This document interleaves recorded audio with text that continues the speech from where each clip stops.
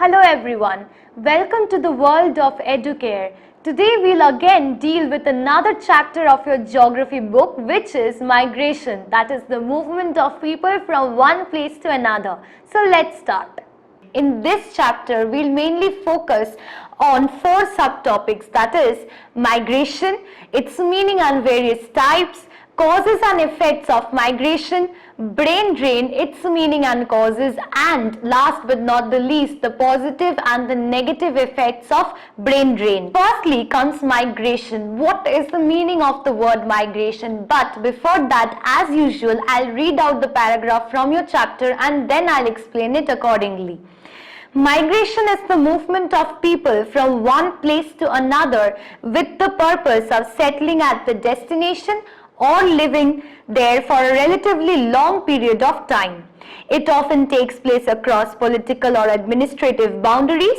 People can migrate temporarily or permanently. Migration may also take place voluntarily or forcefully. There are 2 important processes related to migration. They are emigration first and immigration second.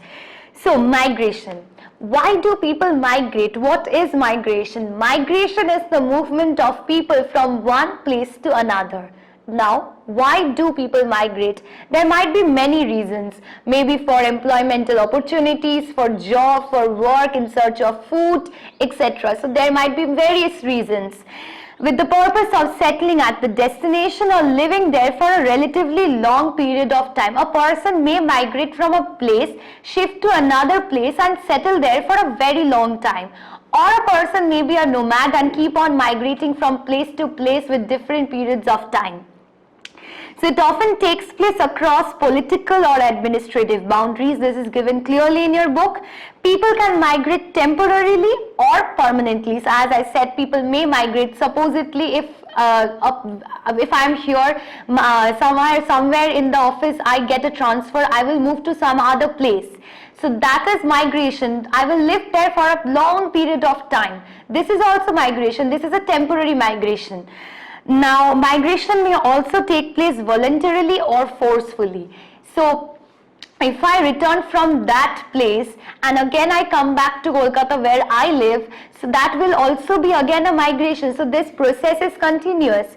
Or it might not be. A person may move to a place, live there for hundreds of years and settle there only, or a person may move from one place to another and keep changing their places. So that depends. Migration may also take place voluntarily or forcefully. It can take place according to the work situations and need, and it also takes place forcefully. A person might be forced to leave some place and go to another place, shift there, settle there. So it happens voluntarily or forcefully. There are 2 important processes related to migration, which is emigration and immigration. Migration which takes place outside the country is known as emigration, and migration which takes place in parts within the country is known as immigration. We have dealt with this earlier.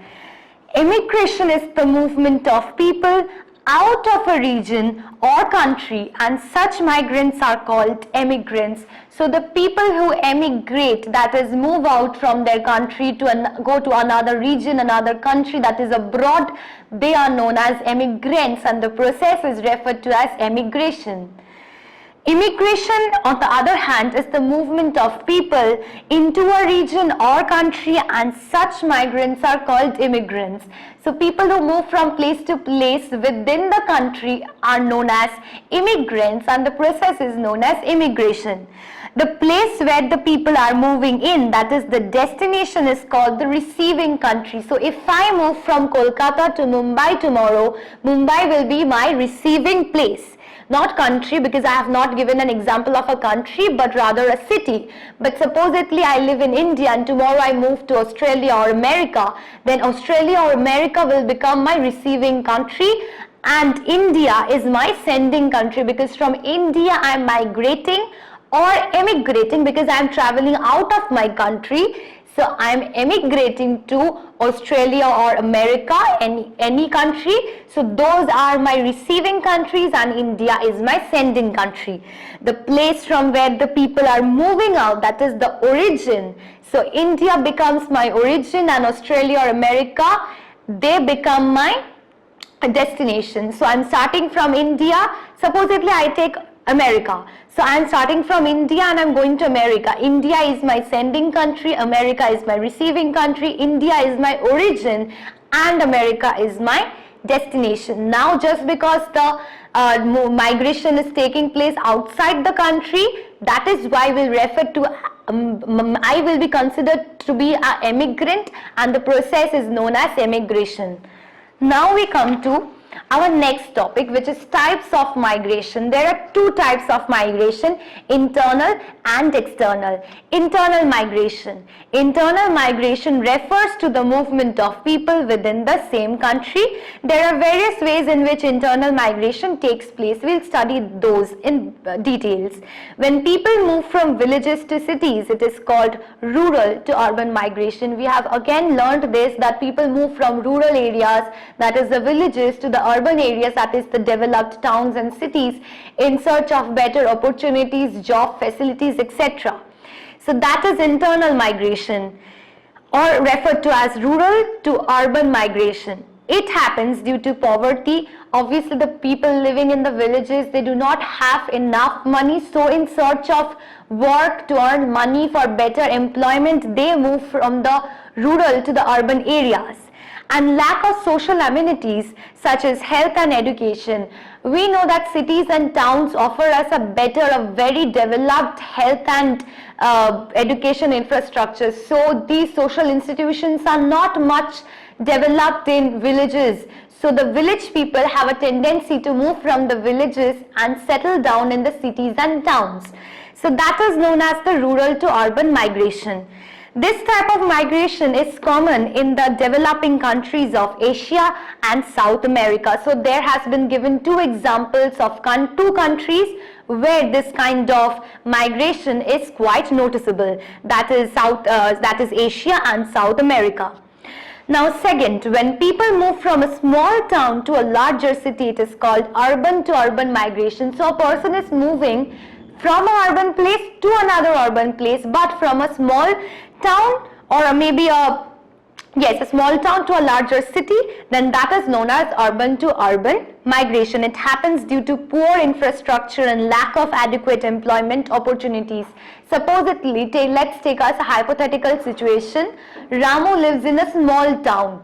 Now in that small town there are many facilities, because obviously it's a town, it offers employmental facilities, but they are not so developed as compared to the ones which is present in the big city. So Ramu will migrate from that small town to the big city in search of better job, better opportunities, so that he can earn more and feed his family. So that is also a kind of an internal migration. So in India, many people have migrated from small towns and cities to the metropolitan cities such as Delhi and Mumbai in search of jobs and better education and health facilities. Now third, when people move from one village to another, it is called rural to rural migration. We just dealt with urban to urban migration. Now we'll deal with rural to rural migration. It happens when farmers move out from overcrowded villages to areas with less population or more fertile land and better irrigation facilities. Supposedly Ramu, again let's take the example of Ramu. Ramu is a farmer in a village, and in that village is becoming overpopulated with days and lands are becoming less. There are less lands to cultivate on. So Ramu is moving to another village which is a little vacant and has more cultivable lands, so that he can sow his seeds there, do the agricultural work and earn the production which is required for him to earn his livelihood. So Ramu is doing a form of internal migration from a rural area to a rural area. So this type of migration is known as rural to rural migration.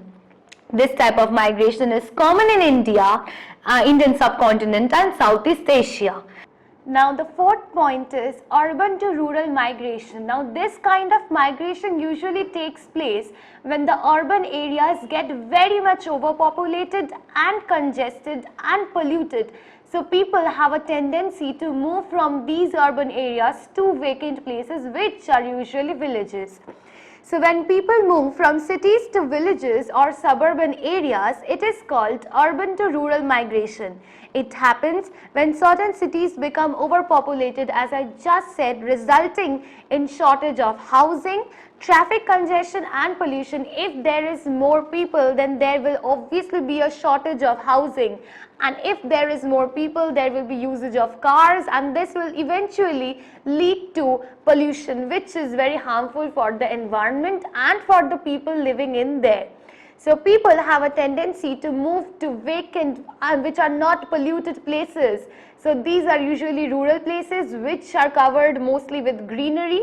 So people move from the urban to the rural places, and that is urban to rural migration. People prefer to move out from these cities and settle in the suburbs or rural areas where living conditions are better. So people have a tendency to move to the places where the living conditions are very much better. Mumbai, Shanghai and London are examples of metropolitan cities where thousands of people commute to work from the surrounding suburban areas. So we know, for example, Mumbai, which is referred to as a city of dreams, many people move into Mumbai in search of work, in search of other opportunities.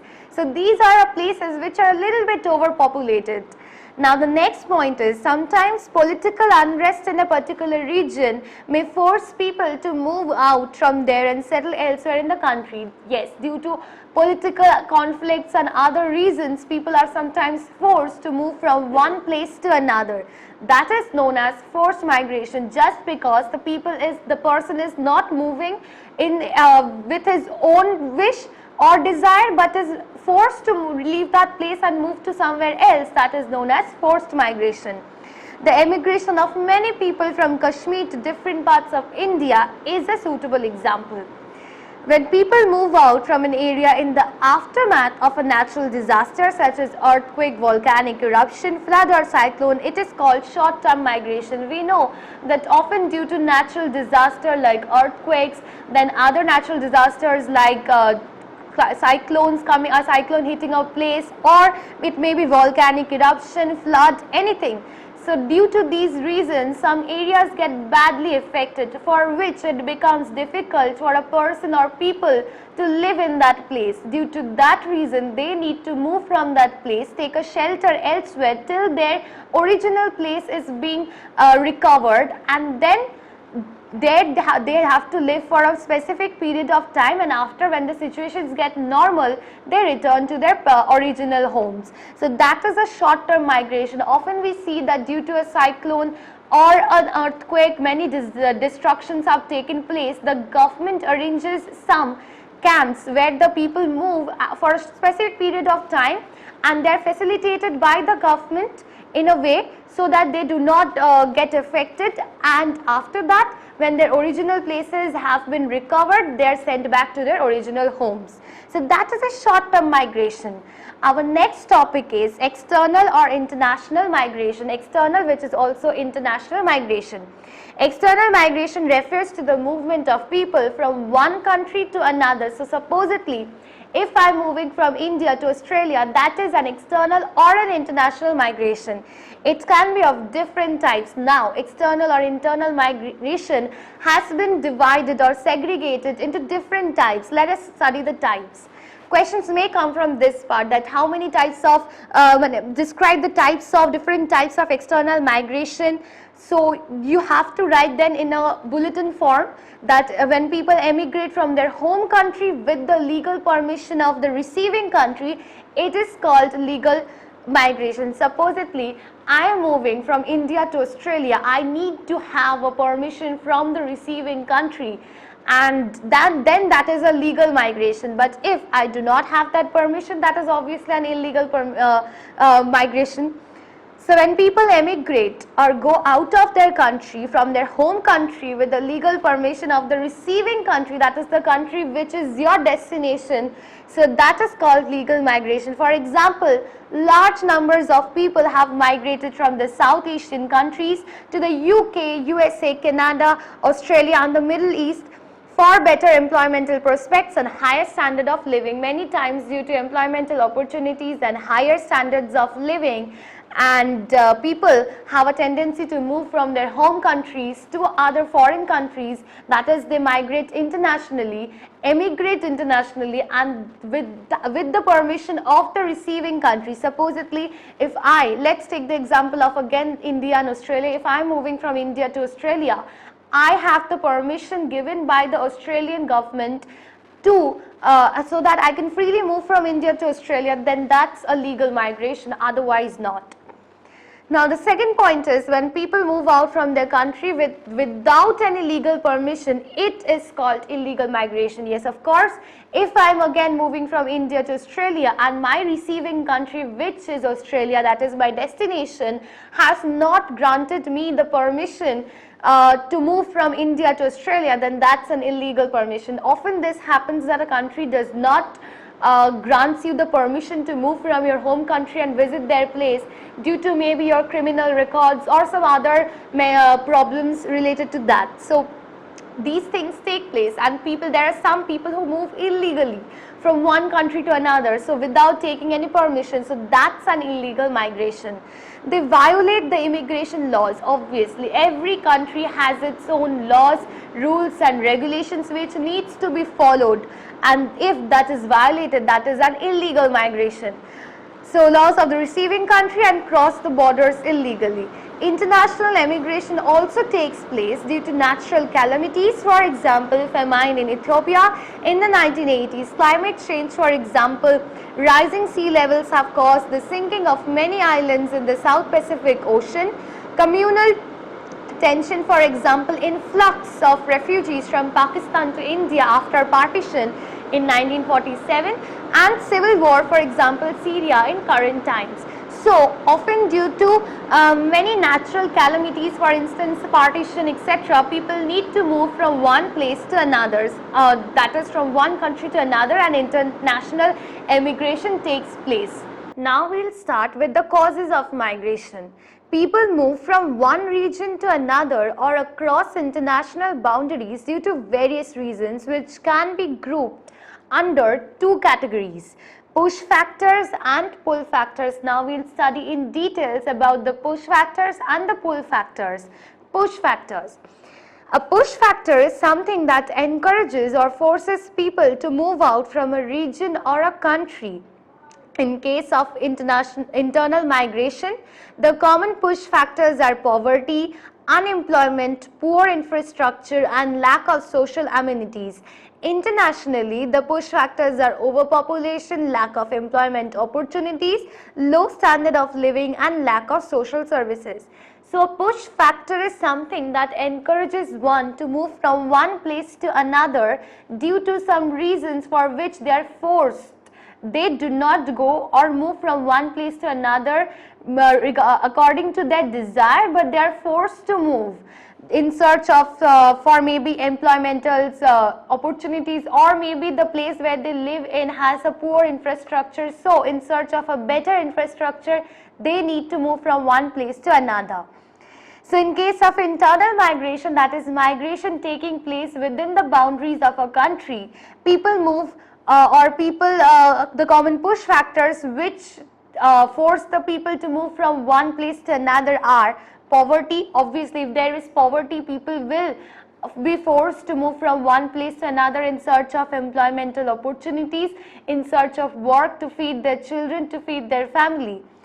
Poor infrastructure, as I said, in search of a better infrastructure, and lack of social amenities. If a place lacks a certain amount of resources, basic resources which are needed to lead a very peaceful life and which is a basic necessity for your everyday life to go on smoothly, if people do not get that in a particular place, they will have a tendency to move from that place to another in search of better availability of resources.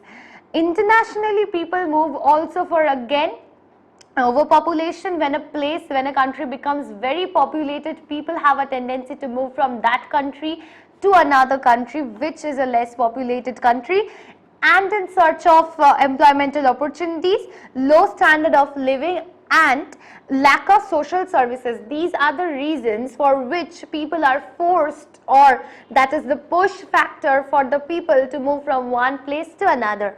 Now, what are the pull factors? Now, questions might come in this way: what are the push factors which forces a person to move from one place to another?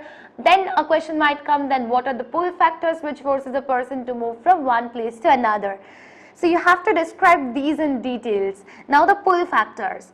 A pull factor is something that encourages or attracts people to move into a region or a country from elsewhere. So this is something like a very general attraction. If I see something very attractive, I will obviously want that instead of having, staying with what I have, which is not that attractive. So, for example, a child has a kind of chocolate, but then he sees a very interesting chocolate with a very attractive cover. So, obviously, he will desire for that attractive covered chocolate. So, in just that way, if a place has a very attractive infrastructure of very attractive employmental opportunities, then people will always want the attractive part and leave the others behind. So, person will move from that place to that attractive place in search of better opportunities. Just like that, a pull factor is something that pulls you or attracts you, something that encourages people to move into a region or a country from somewhere else. The important pull factors for both internal and international migration are better employment opportunities, as I just said, better infrastructure, higher standard of living, more access to education and other facilities, and stable economy and political conditions. So obviously, if I have firstly, I am here with a one room flat, I will obviously want to progress in life and go for a 3-bedroom flat. So just like that, this minor progress, in this way a person also in a country will move from one place to another if the other place is more attractive, seems more attractive to that person. So in search of higher standard of living, in search of a good infrastructure, more access to education and other basic resources, people will be pulled from one place to another, from a very minimum place to a very attractive place. So this is what is a pull factor. Now we'll move on to some of the urban agglomerations which have attracted large numbers of migrant population are Shanghai, Beijing, Mumbai, Delhi, Jakarta, Osaka, Tokyo, Seoul, Manila, Cairo, Lagos, Mexico City, Sao Paulo, Chicago and New York. So these are the places where some of the urban agglomerations which have attracted large numbers of migrant population. Now we'll move on to impact of migration. Migration, both internal and international, has a significant impact on the socio-economic structure of the society. So if migration is taking place, obviously it will have some impact. It might be a positive impact, it might be a negative impact, so that depends. We'll study in that order only. So the positive effects are: emigration reduces pressure of population from the rural areas and overpopulated countries. So if emigration, the process of emigration is taking place, it will reduce the pressure of population. A place is very overpopulated, so if some people emigrate, it will reduce the pressure of population on that specific place from the rural areas and overpopulated countries. Second is rural-urban migration provides labor to industries and other urban services, facilitating production. So rural-urban migration provides labor to industries. If people are moving from the rural areas to the urban areas in search of employment, in search of job, then they are adding to the human resource in the industries, in the workplaces which are there in the urban areas. So they are a source of labor to the industries and other urban services. which is increasing the production. If there is more manpower, there will be more running of the machines. If there is more running of the machines, there will be more production. If there is more production, it will lead to the more better outcome for the country, and if there is a better outcome for the country, there will be development. So such a migration from the rural to the urban places is adding to the development of our country. So that is very important. Third point is immigration adds to the human resource of underpopulated countries, thereby enhancing economic growth. Now, if a country is very underpopulated and immigration takes place, then obviously some people from outside are immigrating to that underpopulated area or country, adding to their population, which will thereby increase in the economic growth or lead to economic growth, because if there is more men, if there is more people, then there will be more production. Rural communities and sending countries benefit due to the money that is sent home, thereby increasing household incomes and promoting economic development. Now, rural communities and sending countries, supposedly I am moving from India to Australia in search of job or employmental opportunities. So, which is my sending country? India. India is my sending country and Australia is my receiving country. So, which is my, I am going to Australia, I am earning money there and I am sending my some amount of my earnings from there to India. The currency changes, but I am sending some amount of money from that place to here. So this is adding to the benefit for my country. So immigrants bring their own customs and traditions and thus enrich the cultural diversity of the receiving country. Now every country has somewhat or the other some diversity, some variations, some their own cultures and traditions, and if people are moving from one place to another, they are adding their cultures and traditions to the place where they are going. So they are coming from the sending country is giving some sort of customs, traditions and other diversities to the receiving country. So that is adding to the receiving country's cultural diversity and other enriches the cultural diversity. So this is a very positive effect. We have already discussed about the positive impacts of migration. Now we'll mainly deal with the negative effects of migration. So the first negative effect is large-scale rural-urban migration leads to shortage in the supply of agricultural labor. Obviously, if in rural areas, supposedly some people are moving out from the rural areas to the urban areas in search of better livelihood, in search of better jobs, employmental opportunities, then the rural population is lagging behind.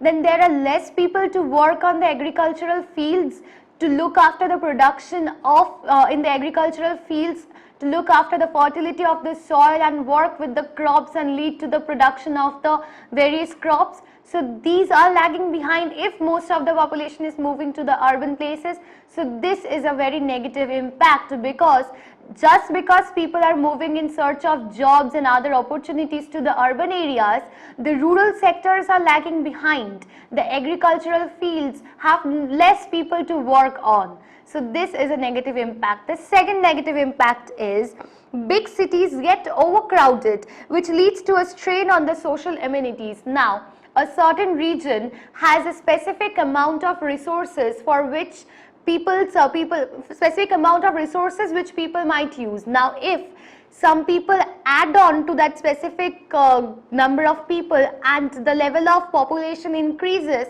then it will obviously create a stress on the resources, existing resources. So our resources are in a very limited form and it takes a lot of time to create new resources. So resources have to be used very carefully. It needs to be used very carefully. But if more and more people are crowding over a single place, then obviously there is a stress on the resources too, which is a very negative impact. Third is job opportunities in the urban areas are not adequate, leading to unemployment, social tension and increased crime rates. Now this again, if many people are moving from the rural to the urban sectors in search of jobs, how will the urban sectors provide so many jobs to so much number of people. So that is a big problem. If hundreds and hundreds of people are moving from the rural to the urban sectors, it is not possible for that urban sector to provide that many number of jobs to that many number of people.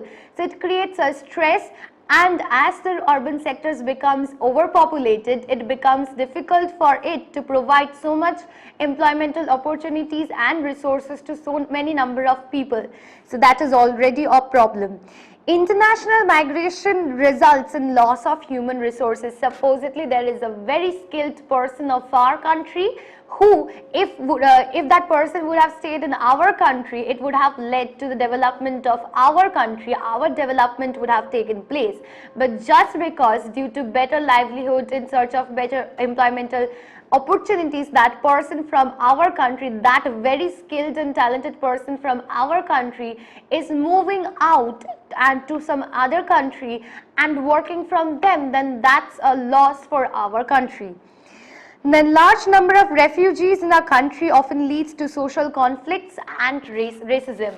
If many enough number of people are coming from outside and taking a refuge in our country, they're refugees, then it's also again a big problem, because that will lead to social conflicts among people, because different minds, different thoughts, and that will lead to conflicts. And racism, we know racism is a big problem. The blacks are very much discriminated. A prejudice is always in our mind that the black lives don't matter, but that is not that case. So racism is a very big problem in our country especially.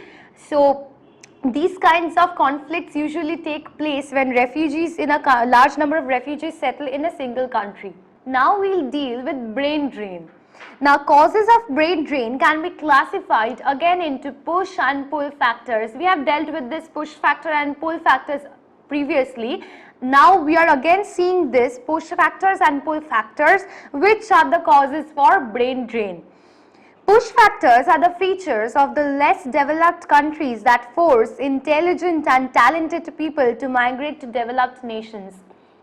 Supposedly, a person, let's take Anil, is a very talented person. He is a very skilled man who has a very good knowledge about his work and technical standards. He is very good in his work.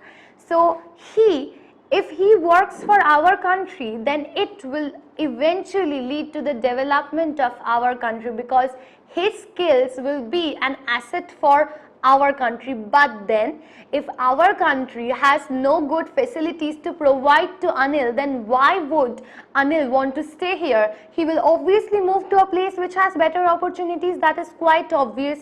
If I am living in a place which where I am very skilled, but I am not been given that many opportunities, that many resources, then why will I supposedly let's take the example of Anil again. Why will he stay there? He will tend to have a tendency to move from this place to that in search of better work, in search of better opportunities.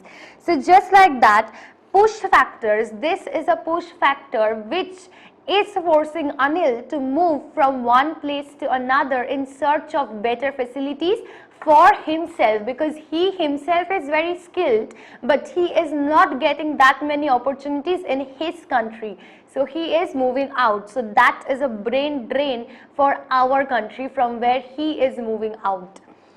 Lack of employmental opportunities or highly paid jobs.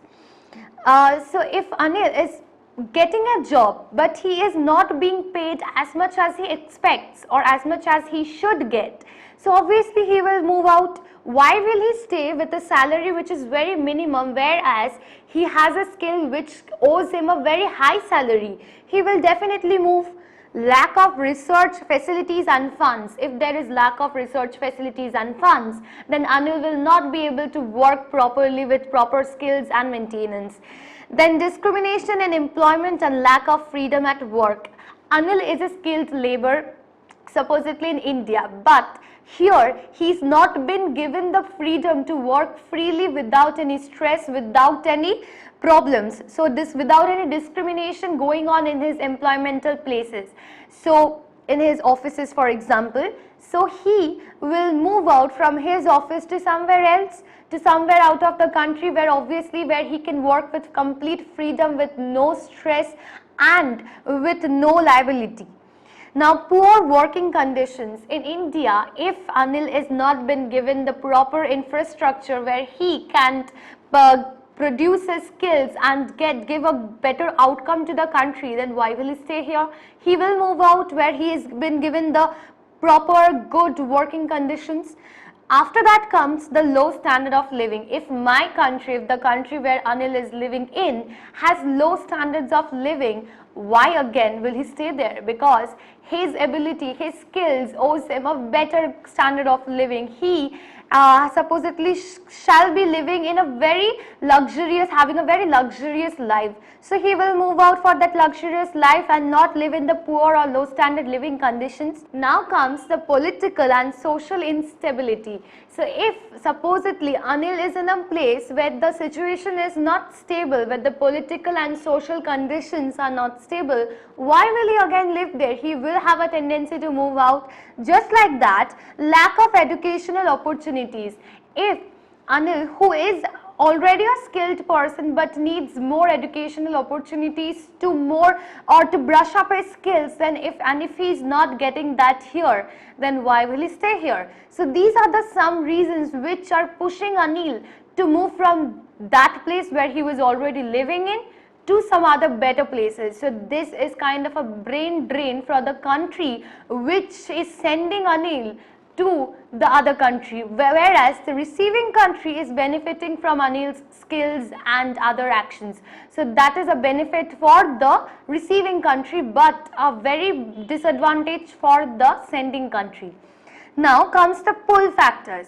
Pull factors are the features of the developed countries that attract highly qualified or trained people to move out from the less developed countries. Again, let's take Anil, and Anil is living in a place which is, or in a country which is less developed. Now here he has the skill, he has the ability to do a very good production, but the conditions in his country is very less developed and he needs better developed conditions to provide or to show his skills. So he will be pulled or attracted by the places or the developed countries where there are better facilities. So Anil will have the tendency to move out from that place to a better place. Highly paid jobs. Supposedly Anil stays in India and he has been offered a job in India which has a salary of supposedly 30,000 per month. Now this same job, he has been offered the same job by another country but with a salary of 60,000 or maybe 50,000 per month, then obviously Anil will not want to stay in India because he has been offered the same amount of work but with a better salary in some other place. So he will obviously move out for the better salary. So highly paid jobs in other developed countries will force kind of or pull, not force actually, but pull Anil from this place to that place. Superior research and training facilities. As it is a developed country, obviously that will have some superior, better research and training facilities and that will attract Anil to work there. Intellectual freedom and autonomy. Anil will not be forced by other employees and he will have complete work freedom there in the other developed country. So that is the point of benefit for Anil, because here he will be burdened with work pressure and a kind of stress which will be burdened upon him by the company in India. But if he thereby moves into a more developed country, he will be given better opportunities, he will be given that freedom and autonomy where he can work with no stress completely. So that is a better condition for Anil to work in. Then comes advanced technology and good working conditions. If a country is more developed as compared to where Anil is living. That will obviously have better working conditions and advanced technologies. So Anil will obviously want to opt for the advanced technologies because that will help him to brush up his skills. Then comes high standard of living. As I just said, that if there is no good standard of living where Anil is already living, he will be attracted to the high standard of living conditions, the luxurious life outside in that country. Then comes economic and political stability. If there is no economic and political stability, there is conflicts, there is no guarantee of some work, then Anil will not be able to live there. He will obviously opt for a place which has an economic and political stability. Prestige of foreign training. Obviously, if I am doing a training in my country, it has value, obviously it has value, but then a foreign training gains more value and it results in having a better job, having a better income. So that is a prestige of foreign training. Now again, everything has an impact, just like migration has its impact, some positives, some negatives, brain drain also has some impacts. We'll now study the impact of brain drain. So the impact of brain drain has an important influence on a country. Though it is a major problem for the sending country, there are some benefits too. For instance, obviously if a country is sending their skilled person to another country, that is a loss for the sending country. But then there are some positive effects too. For instance, if Anil, for example, again, let's take Anil. Anil is moving from that country to another country in search of better work, better employmental opportunities, high salary and better living conditions. He is moving out to that country.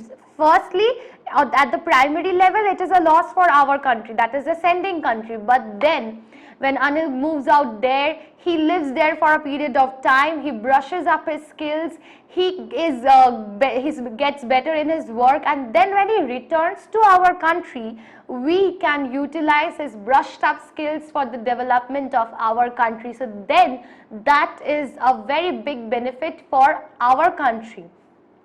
So the positive effects, highly educated people who move from the less developed countries to the developed ones acquire more knowledge and learn new techniques of production. Just as I mentioned that if a highly educated person, as I took the example of Anil, is moving out from his country to another country, there he is gaining more education, there he is gaining more knowledge, more new techniques of production, and he has brushed up all his skills. Then when they return, the home country can utilize their expertise for its own development. So the sending country, which was the sender at a point of time when it is again receiving back Anil from the other country, then it can use his expertise, skills, his levels of developed skills and everything in their country's work. So that's a big development. The migrants send part of their earnings back home.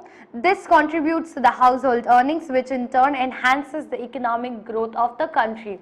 So the person, the migrant who has moved out to the other country, there he earns a huge amount of money, and from that huge amount of money, that migrant is sending an amount of money back to his own country, to his family maybe. So that is adding to the economic growth of the sending country, which has sent the migrant on in its initial stage. Now the negative effects. Most of the highly educated and trained people leave the country and contribute their knowledge and skills for the benefit of their other countries. The home country faces shortage of skilled labor and loss of innovative ideas. All the investment in education goes waste and the poor countries lose their potential leaders. Loss of tax revenue and critical health and educational services are also the negative impacts of brain drain. So let's again come back to Anil. In the country in which Anil was living in for his whole life, earlier in the earlier times, that country has provided Anil with educational facilities so that he can be a skilled person, and now that he has become a skilled person, if he is moving out, that's a loss for the sending country, because Anil, who has been brushed up with his education and everything, he is using his expertise levels, his skills in some other country's work. He is adding his professionalism to some other country's outcome. So that is not benefiting the sending country. So that's a big loss for the sending country. Apart from that, all the investment in education goes waste. All the investment that the sending country did on Anil goes as a waste. And the poor countries lose their potential leaders. So the poor underdeveloped countries where Anil could have become a potential leader, it loses that. Another is innovative ideas and skilled labor. If a person is moving on and following him, other people are moving out from one country to another in search of better work, better income, better facilities, then that's a loss for the sending country. Moreover, that country is losing its skilled people, skilled labor and innovative ideas. So loss of tax revenue is another reason, and critical health and educational services are also the negative effects of brain drain. So in this chapter we mainly focused about brain drain, we focused about migration, the different forms of migration, the push and pull factors of both brain drain and migration. So this is all about this migration. So if you have enjoyed watching our video, please like it and subscribe to our channel and press the bell icon for more and more new notifications. Till then, bye bye.